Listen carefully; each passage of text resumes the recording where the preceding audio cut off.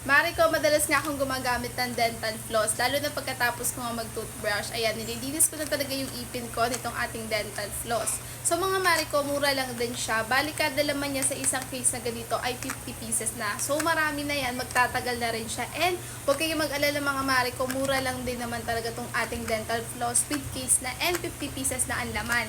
Bali, umorder ako 5 and yung isa kasi ginamit ko na kasi naubusan na nga ako last time. So madalas talaga mga mari ko, nagre-restock na ako ng mga ganito kasi nga mura lang din siya at kagandahan pa dyan, meron na nga siyang case. So ayun na, bumibili ako ng ganito. Wait lang, meron ako ditong binuksan eh. Papakita ko siya sa inyo kung paano ba siya gamitin. So eto lang siya, 50 pieces na yan, kuha ka lang, and ginaganon-ganon lang siya sa ipin natin. Hindi naman siya mahirap gamitin mga mari ko, gaganon-ganon mo lang siya sa ipin mo. So ginagamit ko siya kasi bago ako matulog mga mari ko, nagde-dental floss talaga ako. As hindi na ako kumakain, yung mga ganun, patulog na talaga. So, eto yung kung naghahanap din kayo ng mga dental floss na mura at sulit na sulit talaga, eto na yun mga mari ko at madali pa yung gamitin.